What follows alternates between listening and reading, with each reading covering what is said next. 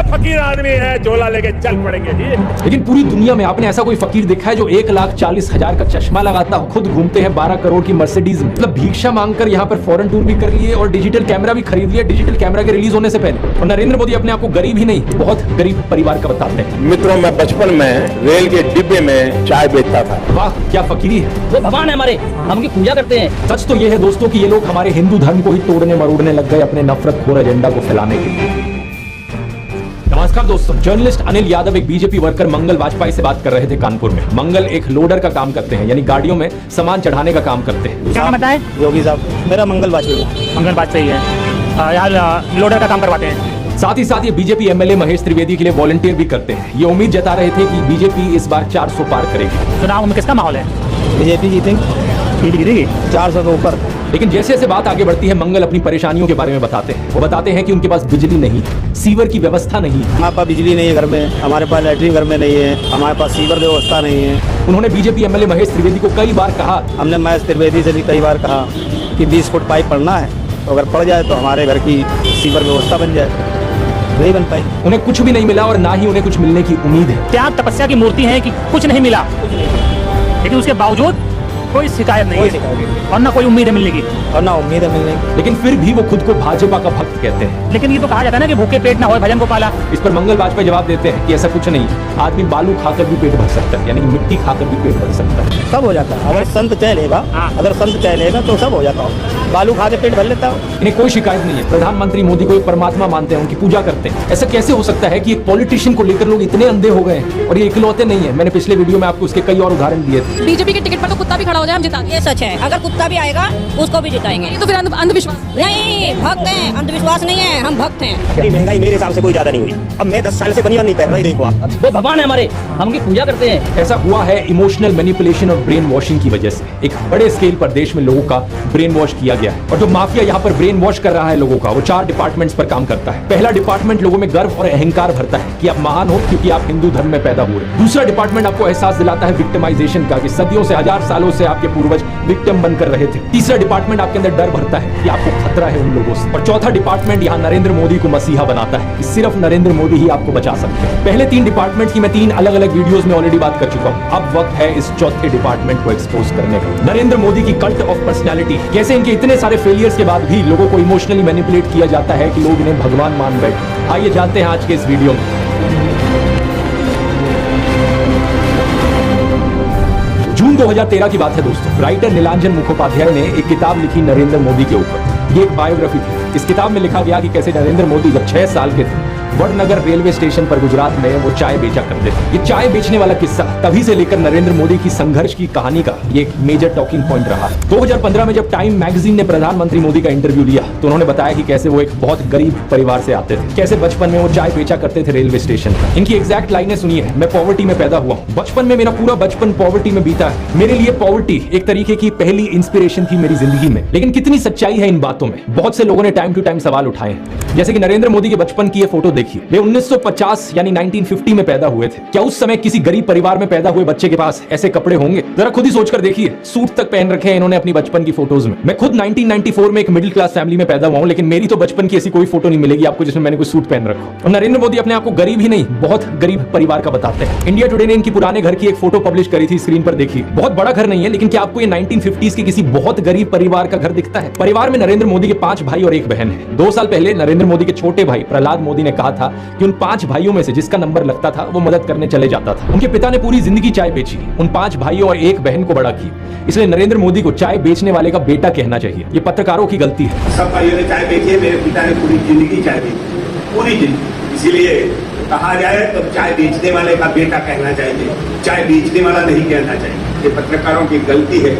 2014 में कांग्रेस नेता अहमद पटेल ने कहा था कि नरेंद्र मोदी कभी चाय वाला नहीं थे, बल्कि वो एक कैंटीन ठेकेदार थे। अब कांग्रेस की बात पर कितना यकीन किया जाए नहीं किया जाए, लेकिन 2021 में बीजेपी ने भी ये कैंटीन वाली चीज अनइंटेंशनली एक्नॉलेज करी थी। रेलवेज मिनिस्टर अश्विनी वैष्णव ने इंस्ट्रक्ट किया ऑफिशियल्स को कि वो वडनगर रेलवे स्टेशन पर एक कैंटीन को ब्यूटीफाई करें। इंडिया टुडे के आर्टिकल में यहाँ क्लियरली लिखा हुआ है और इसके नीचे एक फोटो भी लगी है इस टी स्टॉल / कैंटीन की जो नरेंद्र मोदी के पिता चलाया करते थे। हाल ही में लिखे गए CNN के इस आर्टिकल को देखिए। नीलांजन मुखोपाध्याय खुद कहते हैं कि मोदी की जो पॉवर्टी की की कहानी है वो ग्रॉसली एग्जैजरेटेड है, यानी कि बहुत बढ़ा चढ़ा कर लोगों को बताई गई है। इतना ही नहीं, एक दूसरे आर्टिकल में नीलांजन बताते हैं कि नरेंद्र मोदी के पिता के पास इतने पैसे थे कि वो मोदी और उनके भाइयों को स्कूल भेज पाए, और स्कूल जाने का मतलब था कि वो कहीं और फुल टाइम काम नहीं कर सकते थे, बस स्कूल के बाद अपने पिता का हाथ बटाया करते थे। ये सब सुनकर एक बहुत बड़ा सवाल आपके मन में आएगा कि ऐसी कहानियों को क्यों बढ़ा चढ़ाकर हमें बताया जाता है। नीलांजन कहते हैं ऐसा इसलिए किया जाता है ताकि इंडियन पब्लिक को एक आइडिया बेचा जा सके। मित्रों, मैं बचपन में रेल के डिब्बे में चाय बेचता था और आज आपके सामने खड़ा हूं। कोई भी इंसान अगर समझदारी से सोचे तो वो जानता है कि इस बात से फर्क नहीं पड़ता। एक अच्छा नेता गरीब परिवार से भी आ सकता है और अमीर खानदान से भी आ सकता है, और यही चीज कही जा सकती है एक बुरे नेता या डिक्टेटर के बारे में भी। उदाहरण के तौर पे बात करें, कंबोडिया का जो डिक्टेटर था पोल पॉट, वो एक अमीर खानदान से आता था, लेकिन इटालियन डिक्टेटर बेनिटो मुसोलिनी एक गरीब परिवार में पैदा हुआ था। उसके पिता एक ब्लैक स्मिथ थे और वो बड़े गर्व के साथ इन चीजों को प्राउडली एक्सप्रेस करता था कि कैसे वो जनता के बीच से निकल कर आया है। रशियन डिक्टेटर जोसेफ स्टालिन के पिता एक मोची थे, यानी जूते बनाने वाले, और माँ एक धोबिन थी। और दुनिया का सबसे जाना माना तानाशाह हिटलर भी एक गरीब परिवार में पैदा हुआ था, लेकिन गरीब परिवार में पैदा होने का मतलब ये नहीं कि उसने गरीबों के लिए काम किया था अपने करियर में। उल्टा जानते हो क्या, हिटलर चंदा धंधा का मॉडल चलाता था अपना खुद का। उसके समय में बहुत सी क्रॉनी कैपिटलिस्ट कंपनियों ने करोड़ों का प्रॉफिट कमाया। आईजी फार्मन, डॉयचे बैंक, BMW, कुछ गाड़ियों की कंपनीज जिनको आज आप जानते हैं और कुछ लोग इन गाड़ियों के पीछे बड़ा भागते हैं, पोर्शे, मर्सिडीज बेंज, फोल्क्सवागन, इन सब कंपनियों ने चंदा डोनेट किया था हिटलर को अपने समय में। 2016 में BMW ने माफी भी मांगी थी इस चीज को लेकर। इस आर्टिकल को देखिए, रिग्रेट एक्सप्रेस किया था कि वो एक समय पर हिटलर को सपोर्ट किया करते थे। इंडिया की बात करें तो हाल ही में हमने देखा इलेक्टोरल बॉन्ड स्कैम। मैंने पूरा वीडियो बनाया इस पर कि कैसे ये एक घोटाला नहीं बल्कि घोटालों का भंडार था। बहुत सी कंपनियों को इससे फायदा हुआ और आम जनता को नुकसान। पिछले 10 सालों में प्रधानमंत्री मोदी के मित्र जैसे कि गौतम अडानी भरपूर तरीके से अमीर बनते रहे और देश के 80 करोड़ गरीब लोगों को 5 किलो मुफ्त अनाज लेने पर मजबूर कर दिया गया। बेरोजगारी और महंगाई ने गरीब लोगों की कमर तोड़कर रख दी है आज के दिन। अब तो ऐसी सिचुएशन आ चुकी है कि नरेंद्र मोदी खुद को गरीब परिवार का बताते हुए जिन राहुल गांधी को एलीट वर्ग का प्रोजेक्ट करते थे, युवराज कहते थे, आज वही राहुल गांधी खुल्लम खुल्ला गरीबों को कह रहे हैं कि वो गरीबों के हैं और नरेंद्र मोदी अडानी अंबानी जैसे अमीर सेठों के हैं। अडानी को बिना मजदूरी बिना कुछ लाखों करोड़ रुपए देते हैं तो कहते हैं देखो देखो देखो विकास हो रहा है। हमने मनरेगा किया, मजदूरी के लिए पैसा दे रहे हैं और कहते हैं गरीबों की आदत बिगाड़ रहे हैं। मैं आपका हूँ, वो उनके हैं। राहुल गांधी कह रहे हैं कि जितना रुपया नरेंद्र मोदी ने अडानी को दिया उतना रुपया वो देश के गरीब लोगों को देंगे। और मैं देश को फिर से दोहरा के कह रहा हूँ, जितना पैसा नरेंद्र मोदी जी ने इनको दिया है ना, उतना ही पैसा हम हिंदुस्तान के गरीब लोगों को देने जाएंगे। महालक्ष्मी योजना, पहली नौकरी पक्की योजना, इन योजनाओं के माध्यम से करोड़ों लाखपति बनाएंगे। इन्होंने 22 अरबपति बनाए, हम करोड़ों लाखपति। प्रधानमंत्री मोदी इसका ज्यादा जवाब दे नहीं पाए। उल्टा उन्होंने कोशिश करी थी ये कहने की कि अडानी अंबानी एक्चुअली में कांग्रेस के साथ मिले हुए हैं। रायत आजाद घोषित करें इस चुनाव में ये अंबानी अडानी से इतना माल उठाया है। मार्च में आई इस रिपोर्ट को देखिए, भारत में इनकम इनइक्वालिटी 100 साल में सबसे ज्यादा हो गई है। इतनी बुरी हालत अंग्रेजों के जमाने में भी नहीं होती थी। ऐसे में अगर राहुल गांधी ने संकल्प लिया कि अगले 5 सालों में वो सभी 22 करोड़ गरीब लोगों को गरीबी से निकाल देंगे तो इसमें क्या गलत किया। लेकिन पीएम मोदी इस बात पर भी तंज कसने लगे। उनके पास खुद कोई अपना विजन नहीं है। 80 करोड़ लोगों के हाथ में कटोरा पकड़ा दिया और अगले 5 सालों के लिए यही 5 किलो अनाज वाली स्कीम एक्सटेंड कर दी। ना रोजगार का कोई प्लान बताया है, ना महंगाई कंट्रोल कैसे होगी ये बताया, ना गरीबी कैसे हटेगी ये बताया। और जब राहुल गांधी ने सबके लिए रोजगार की बात करी तो प्रधानमंत्री मोदी उनका मजाक उड़ाने लग गए। कांग्रेस के शाहजादे ने अभी घोषणा की, आप भी सुनकर के हंसोगे। सुनाओ, जोरों से हंसना पड़ेगा आपको। और आपको ये भी मालूम कि ये टेम्पो में पैसा देते हैं, क्या ये आपका पर्सनल एक्सपीरियंस है क्या? फरवरी 2020 में गुजरात में नमस्ते ट्रंप इवेंट हुआ था तो गरीबों को छुपाने के लिए एक 1600 फुट लंबी दीवार बनाई गई थी। जरा खुद सोचकर देखो, 1995 से लेकर 2020 25 साल से गुजरात में बीजेपी की सरकार थी, जिनमें से 3 बार तो खुद नरेंद्र मोदी ही चीफ मिनिस्टर थे, लेकिन इनसे गरीबी नहीं हटाई गई, उल्टा ये गरीबों को छुपाने लग गए। G20 समिट के समय दिल्ली में भी यही हुआ था। कुछ बस्तियों को हरे पर्दे के पीछे ढक दिया गया था, यानी कि इन गरीब लोगों की मूवमेंट को भी रिस्ट्रिक्ट कर दी। इसी के तहत ये पूरी दुकानें यहाँ से ढक दी गई हैं। जो थोड़ा झुग्गी टाइप घर थे उनको भी ढक दिया गया है यहाँ पर। सोचिए कि ये कितना डीह्यूमनाइजिंग है। कोई आपसे कहे कि तुम अच्छे नहीं लग रहे, तुम तो एक दाग धब्बा हो। वो गोरे सेठ आ रहे हैं हमारे देश में घूमने, तुम्हें एक पर्दे के पीछे छुपा दिया जाएगा। कैसा लगेगा आपको ये सुनकर? उन गरीबों की सोचो, उन्हें कैसा लगा होगा। सीधा कहते हैं कि यहाँ जाओ, उस गरीब को तो भगा सकते हो, उस अमीर को भगा के देखो ना। तो इन सब चीजों के चलते नरेंद्र मोदी की जो गरीब परिवार वाली ब्रांडिंग थी अब ये लगभग खत्म हो चुकी है। लेकिन उनके कल्ट ऑफ पर्सनैलिटी का ये केवल एक हिस्सा है। दूसरा हिस्सा यहाँ पर आता है उनके परिवार को लेकर। व्हाट्सएप पर और मोदी मीडिया के जरिए आपको बार बार बताया जाता है कि नरेंद्र मोदी इतने महान हैं क्योंकि उन्होंने देश के लिए अपने परिवार को छोड़ दिया, अपनी पत्नी को छोड़ दिया। देखो, वैसे ये एक पर्सनल मामला है, किसी पति पत्नी की आपस में ना बने ये कोई बड़ी चीज नहीं है, बहुत से लोगों के साथ ऐसा होता है। लेकिन यही लोग खुद इस पर्सनल बात को बीच में लाते हैं इसे अचीवमेंट के तौर पर दिखाने के लिए। देश के लिए पत्नी को छोड़ दिया, कुछ सेंस है इस बात का? पूर्व प्रधानमंत्री लाल बहादुर शास्त्री जी ने तो अपनी पत्नी को नहीं छोड़ा, तो क्या वो देश के लिए काम नहीं कर पाए? महात्मा ज्योतिबा फूले की पत्नी सावित्रीबाई फूले के बारे में तो सब जानते हैं, क्या उन्होंने देश के लिए महान काम नहीं किया? आपने अगर रामलीला देखी है तो उसमें भी देखा होगा कि कैसे सीता जी ने भी भगवान राम का साथ दिया वनवास में, और राम ने उन्हें बचाने के लिए लिए क्या क्या नहीं किया। तो व्हाट्सएप यूनिवर्सिटी की एक ऐसी घटिया नारी विरोधी मानसिकता है जहां आप औरत को एक अड़चन की तरह देखते हो, जहां आप पत्नी को छोड़ देने को एक अचीवमेंट की तरह दिखाते हो। और केवल पत्नी ही नहीं बल्कि नरेंद्र मोदी के परिवार को लेकर भी व्हाट्सएप माफिया यही बात फैलाता है। अरे औरों की तो छोड़ो, नरेंद्र मोदी खुद इस बात को बार बार दोहराते रहते हैं। कहते हैं कि उन्होंने अपने परिवार को देश के लिए छोड़ दिया। मेरे देशवासियों, मेरे घर परिवार सब कुछ देश के लिए छोड़ा है। पंजाब केसरी अखबार ने तो उनकी चरण वंदना करते हुए उनकी तुलना भगवान बुद्ध और महावीर जैन से कर डाली। लेकिन इन लोगों से मैं पूछना चाहता हूँ, कभी भगवान बुद्ध ने अपना घर छोड़कर ऐसे बयान दिए क्या? सम्माननीय आदरणीय दीदी, आदरणीय दीदी, ओ दीदी।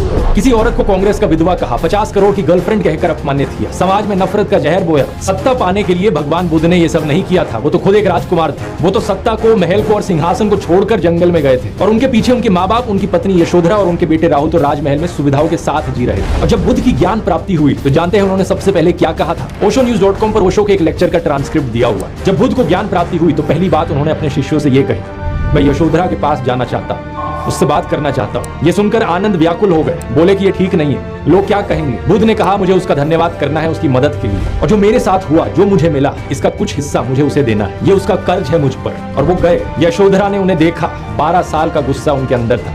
वो बोली मुझसे कहकर तो जाते, क्या मैं तुम्हें रोकती? इतना भी विश्वास नहीं था मुझ पर। बुद्ध ने माफी मांगी, ये कहा कि मैं ना समझ था, अब समझ आई तो वापस आया हूँ। सुनो, कुछ अद्भुत हो गया है। मेरा पहला दायित्व तुम्हारे प्रति, इसलिए वह अनुभव तुम्हारे साथ साझा करूंगा। यशोधरा की आंखों से आंसू झरने लगे। आप प्रधानमंत्री मोदी का इंस्टाग्राम अकाउंट देखिए जरा। प्रियंका चोपड़ा और निक जोनस की वेडिंग रिसेप्शन में गए, उन्हें बधाई दे रहे। इस वीडियो को देखिए। विराट कोहली और अनुष्का शर्मा के वेडिंग रिसेप्शन पे जाकर उन्हें गुलाब दे रहे हैं। मलयालम एक्टर सुरेश गोपी की बेटी की शादी में गए। टाइम्स नाउ की एंकर नविका कुमार के बेटे की शादी में गए। मुकेश अंबानी ने हॉस्पिटल खोला तो वहां बधाई देने पहुंच गए। इस न्यूज आर्टिकल को भी देखिए। नरेंद्र मोदी ने गौतम अडानी के बेटे करण की ग्रैंड एंगेजमेंट सेरेमनी को भी अटेंड किया। तो बॉलीवुड सेलिब्रिटीज और अमीर सेठों की शादियों में जाने के लिए बहुत समय है इनके पास। हालांकि इसमें कुछ गलत नहीं है, इनकी मर्जी अगर ये जाना चाहें तो। लेकिन सवाल यहाँ पर ये, क्या केवल अपने भाइयों और परिवार को ही छोड़ना पड़ता है क्या देश के लिए? एबीसी के इस आर्टिकल को देखिए। अपनी दास रिपोर्ट करती है कि अक्टूबर 2023 में मोदी परिवार उनके भतीजे की शादी के लिए इकट्ठा हो रहा था, लेकिन एक इंसान वहां से गायब थे, नरेंद्र मोदी। आपने फोटोज और वीडियोस में जरूर देखा होगा कि प्रधानमंत्री मोदी अपनी माताजी से मिलने जाया करते थे, जो कि अच्छी बात है। लेकिन कभी आपने नोटिस किया कि केवल वहां 3 लोग होते थे इस मुलाकात में? प्रधानमंत्री मोदी, उनकी माताजी और कैमरामैन। कभी कभार मुलाकात में 2-3 और लोग होते थे, लेकिन वो हमेशा और कैमरामैन ही होते थे। 3 साल पहले बीबीसी कॉरेस्पॉन्डेंट तेजस वैद्या ने प्रधानमंत्री मोदी के भाई प्रहलाद मोदी से बात करी, और सुनिए उनका क्या कहना था। तेरे परिवार ने दूर रखवानी सूचना आपवामां आवे। इस बात को लेकर स्पष्ट निर्देश होता है कि परिवार के बाकी सदस्य दूर ही रहे। प्रधानमंत्री मोदी की भतीजी सोनल मोदी ने भी यही बताया कि उनको मना किया गया है। उनसे पूछा गया कि शपथ ग्रहण समारोह में बहुत से लोगों को निमंत्रित किया गया, लेकिन उन्हें क्यों नहीं बुलाया गया? तो सुनिए उन्होंने क्या कहा था। नरेंद्र मोदी जी ने प्रधानमंत्री का शपथ ली थी, तब देश में से कई लोग गए थे, तब आपको न्योता मिला था या आपको जाने की इच्छा हुई थी? इच्छा तो सबको होती है, पर अफसोस है कि हमें इनविटेशन नहीं दिया गया। G20 की थीम रखी गई थी वसुदेव कुटुंबकम, यानी पूरी दुनिया एक परिवार है। लेकिन खुद के परिवार को, खुद के भाई बहनों को अपने से दूर रखा जाता है इस तरीके से। आखिर क्या कारण है? भगवान राम तो अपने परिवार के साथ रहते थे। राम, लक्ष्मण, भरत, शत्रुघ्न, चारों भाइयों में कितना प्यार था। क्या इसका मतलब ये हुआ कि राम जनता के लिए काम नहीं कर पाए? उन्होंने तो राम राज्य स्थापित किया था, जहाँ कोई गरीब बेरोजगार दुखी नहीं था। मैं फिर से कहूंगा, ये प्रधानमंत्री मोदी का अपना पर्सनल मैटर है। अगर वो बॉलीवुड, अडानी, अंबानी जैसे दोस्तों के साथ ताल्लुक रखना चाहते हैं और अपने परिवार के साथ नहीं, उनकी मर्जी। मुझे प्रॉब्लम इस बात से नहीं है। प्रॉब्लम इस बात से है कि इसे अचीवमेंट की तरह क्यों दिखाया जाता है कि मैंने अपना परिवार छोड़ दिया, देखो मैं कितना महान हूँ। ये कोई अचीवमेंट होती है क्या? इसका साइड इफेक्ट ये हुआ है कि बहुत से हिंदू युवा ब्रेन वॉश हो गए हैं। होना ये चाहिए कि वो अच्छे से पढ़ लिख कर कुछ बने, काम धंधा करे, कुछ कमाए और अपने माँ बाप की सेवा करे। लेकिन नहीं, कुछ यूथ की क्या हालत हो गई है कि वो हाथों में तलवार लेकर मस्जिदों के सामने घूम रहे हैं। उन्हें भी अपने परिवार से, अपने माँ बाप से कोई मतलब नहीं। सेलिंग पॉइंट नंबर 1 था मैं गरीब परिवार से हूँ। सेलिंग पॉइंट नंबर 2 था कि मैंने अपने परिवार को छोड़ दिया देश के लिए। और सेलिंग पॉइंट नंबर 3 अब आता है फकीरी। नरेंद्र मोदी अक्सर कहते हैं कि उन्होंने भिक्षा मांगकर गुजारा किया। कभी कहते हैं कि 35 साल के लिए, कभी कहते हैं 40 साल के लिए। करीब 40 साल मैंने भिक्षा मांग करके खाया है। मैं 35 साल तक भिक्षा मांग करके खाया।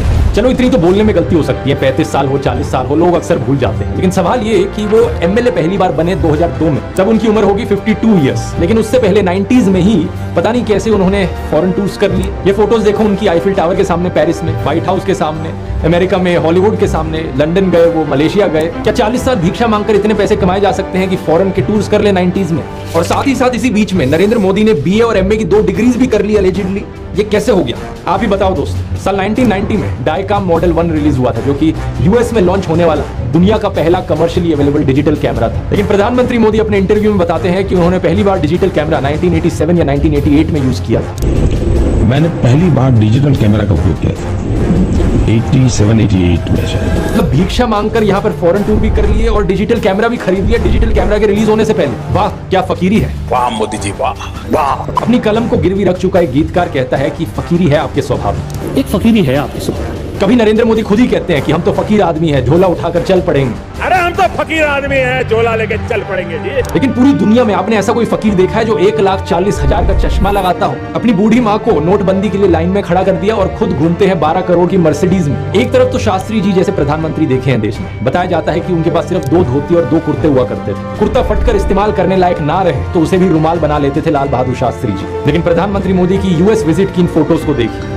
एक दिन में 4 बार कपड़े बदलते हैं। जो प्रिंट में लिखे गए इस आर्टिकल को देखिए, उत्तराखंड और हिमाचल जाते हुए प्रधानमंत्री मोदी ने 8 घंटे में 4 बार कपड़े बदले। इस टाइम्स ऑफ इंडिया के आर्टिकल को देखिए, प्रधानमंत्री मोदी गंगा आरती करने गए तब भी कपड़े बदलते जा रहे हैं। हुगली टाइम्स वालों ने तो इनकी फैंसी ड्रेस का एक पूरा कोलाज बना दिया। इंडिया टुडे ने भी इनकी 22 हेडगियर्स की कलेक्शन दिखाई है इस आर्टिकल में। और इस इंडियन एक्सप्रेस के कोलाज को भी देखिए। अगर ये फकीरी वाली बात भी नहीं बैठती लोगों में, तो इस सब के बाद अगला हथियार आता है कि इनको भगवान का अवतार ही बना दो। ये एक बार नहीं, 2 बार नहीं, बल्कि कितनी बार कितने नेताओं ने बार बार प्रधानमंत्री मोदी को भगवान से कंपेयर किया। और मोदी जी भारत के भगवान का वरदान बन के आए हैं। भगवान नहीं मनुष्य के रूप में नरेंद्र मोदी जी के रूप में अवतार लिया। हमारे माननीय प्रधानमंत्री जो खुद भगवान स्वरूप है, मोदी जी के रूप में श्री रामचंद्र ने जन्म लिया है। मोदी जी है ना साक्षात भगवान महाकाल जी का अवतार है। मोदी राम और अमित शाह कृष्ण। अरे कुछ लोग तो मंदिर भी बनाने लगे। पुणे में एक बीजेपी वर्कर ने नरेंद्र मोदी के लिए मंदिर बना दिया, गुजरात में इनका एक मंदिर बना, तमिलनाडु में इनके लिए एक मंदिर बना। क्या मजाक चल रहा है। ये इकलौते नेता नहीं है जिन्हें भगवान से कंपेयर किया जाता है। एक समय पर एडोल्फ हिटलर को भी जीसस से कंपेयर किया जाता था। राजनीति में हिटलर की एंट्री की तुलना की जाती थी जीसस के रिजरेक्शन से। लेकिन उस समय ये सवाल उठा कि ये बात जमेगी कैसे। जीसस तो शांति की मूर्त थे, सूली पर भी चढ़ाया गया उन्हें, तब भी उनके दिल में कोई नफरत नहीं थी। बोले कि हे भगवान उन्हें माफ करना। जबकि हिटलर तो नफरत का सौदागर था, तो कैसे जीसस का इस्तेमाल किया जाए नफरत फैलाने के लिए और हिटलर को उससे भी कंपेयर किया जाए। इसके लिए हिटलर और नाजी लोगों ने बाइबल को ही बदल डाला। मजाक नहीं कर रहा, ओल्ड टेस्टामेंट जो थी बाइबल की उसे ही हटा दिया गया उनके समय। जीसस को इस तरीके से चित्रित किया गया कि वो ऐसा लगे कि वो यहूदियों के खिलाफ लड़ने वाले एक फाइटर हो।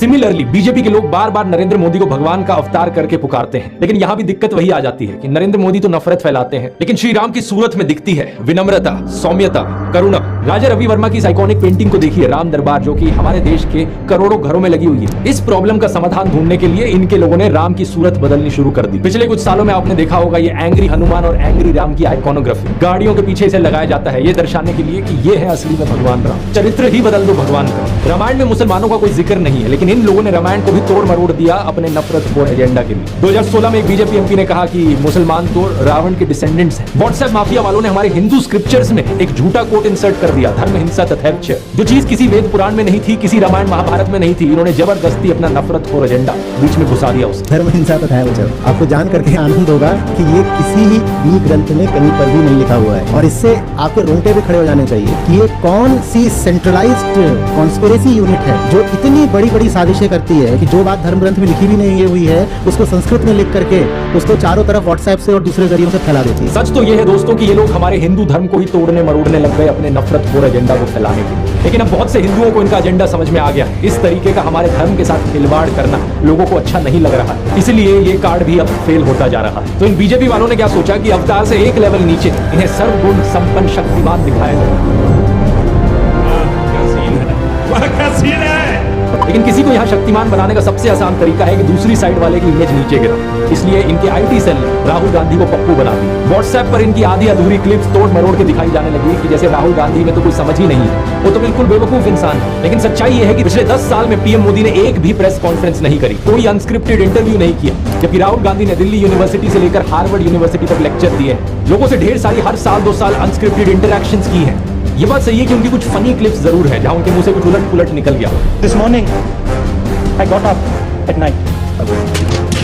लेकिन ऐसी क्लिप्स तो नरेंद्र मोदी की भी बहुत है। तीसरा कहा था डेवलपमेंट की मैंने बात कही थी, वो कब गई? नरेंद्र मोदी वही है जो नाले से निकलने वाली गैस से चाय बनाने की बात करते हैं। कहते हैं कि पसीने से मुंह पोंछ लेता था तो ग्लो आ जाती थी। कभी ये क्लाइमेट चेंज को डिनाई करते हैं कि गर्मी नहीं बढ़ रही बल्कि हमारी गर्मी सहने की शक्ति कम हो रही है, तो कभी ये बादलों से रेडार का सिग्नल रोकने की बात करते हैं। मैंने इतने क्राउड है, बारिश हो रही है, तो एक बेनिफिट है क्या राडार से बच सकते हैं। एक तो जानते नहीं है, ऊपर से अहंकार इतना कि अपने अज्ञान का भी एहसास नहीं। एक दफा मोदी दूसरे देश में गए थे, वहां भारत का राष्ट्रीय गान चल रहा था और ये बीच में ही चलने लगे। ऐसी गलती किसी से भी हो सकती है, लेकिन बात मैं यहाँ पर ये बताना चाह रहा हूँ कि प्रधानमंत्री मोदी की भी फनी क्लिप्स बहुत सारी है। दूसरों को पप्पू बोलने से पहले अपनी क्लिप्स पर नजर डाल लो।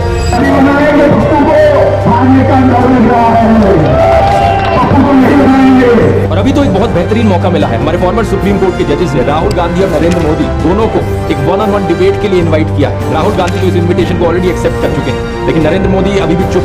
अगर ऐसा होता है तो जनता के लिए भी एक बड़ा सीधा मौका होगा देखने का कि नरेंद्र मोदी और राहुल गांधी में से कौन ज्यादा समझदार है, कौन ज्यादा इंटेलिजेंट है और कौन ज्यादा केपेबल लीडर है देश के लिए। लेकिन नरेंद्र मोदी अगर इस डिबेट से भागते हैं और जवाब ही नहीं देते तो समझ जाना कौन यहाँ पर बेहतर है। इस कल्ट ऑफ पर्सनैलिटी में प्रधानमंत्री मोदी का सबसे बड़ा कार्ड है सब जगह फोटो चिपका।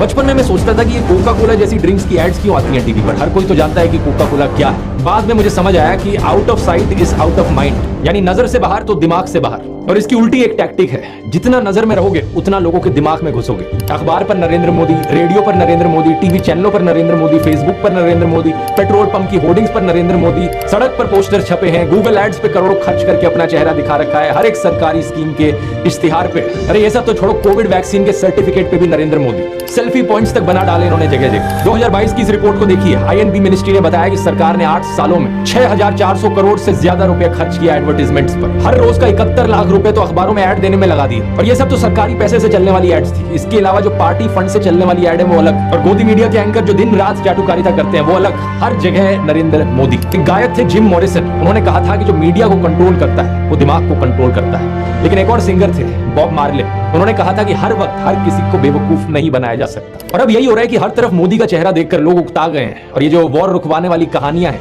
इन पर पूछा जा रहा है कि इतनी ही वॉर रुकवाने वाले हो तो मणिपुर की हिंसा क्यों नहीं रुकवा देते। इलेक्ट्रॉन बॉन्ड का पैसा है, कहीं तो यूज होगा। किसी एक्टर को उठा के बेटी बना देंगे, पापा ने वॉर रुकवा दी, पापा मणिपुर के दंगे क्यों नहीं रुकवाते। लोग पूछ रहे हैं कि भारत में सब चंगा सी है तो 2022 में सब रिकॉर्ड तोड़ते हुए 2.25 लाख लोगों ने भारतीय नागरिकता क्यों छोड़ दी। इस मोदी मैजिक के खत्म होने का सबसे बड़ा सबूत यही है कि बीजेपी को दूसरी पार्टियों के उन नेताओं को अपनी पार्टी में लाना पड़ रहा है जिन पर भ्रष्टाचार के एक से बढ़कर एक आरोप लगे। अगर मोदी मैजिक अब सही में बचा होता तो मोदी के नाम से ही चुनाव जीता जा सकता था। इन बाहर के नेताओं को लाने की जरूरत नहीं थी अपनी पार्टी। ये झूठ, डर और नफरत फैलाने की जरूरत नहीं थी। इस वीडियो में तो मैंने आपको नरेंद्र मोदी का वो चेहरा दिखाया है जो व्हाट्सएप माफिया आपको दिखाता रहता है। अगले वीडियो में मैं आपको दिखाऊंगा उनका असली चेहरा, उनके माइंड में क्या क्या चलता रहता है। यहाँ मैं आप लोगों को धन्यवाद करना चाहूंगा क्योंकि आप लोग इतने जज्बे के साथ इनकी इस झूठ और नफरत की फैक्ट्री को तबाह करने में लगे हुए हैं। हमारे इस मिशन 100 करोड़ पर लगे रहिए। ये देखकर खुशी होती है कि किसी का कमेंट आता है ये कहते हुए कि आपने एक वीडियो को 850 लोगों के साथ शेयर किया व्हाट्सएप पर। कहीं पता चलता है कि प्रोजेक्टर स्क्रीन पर दिखाकर आप वीडियो चला रहे हो राजस्थान की गलियों से लेकर वेस्ट बंगाल तक। किसी ने टीवी लगा दिया बाहर मुंबई में ताकि लोगों तक सच पहुंचाया जा सके। इसी तरीके से लगे रहो। हमें देश के लोकतंत्र को बचाना है, देश के संविधान को बचाना है। वोट करने जरूर जाना और अपने आसपास के 10 लोगों को कन्विंस करना वोट करने के लिए। वोट करना इस नफरत और झूठ के खिलाफ। मुझे यकीन है कि हम इकट्ठे मिलकर देश को बचा लेंगे। अगर आपने इस ब्रेन वॉशिंग माफिया के चारों डिपार्टमेंट्स के बारे में पहली बार सुना है तो इस वीडियो को जरूर देखिए। यहाँ पर मैंने शुरुआत से समझाया था पहले डिपार्टमेंट के बारे में। क्लिक करके देख सकते हैं। इनकलाब जिंदाबाद। जय हिंद।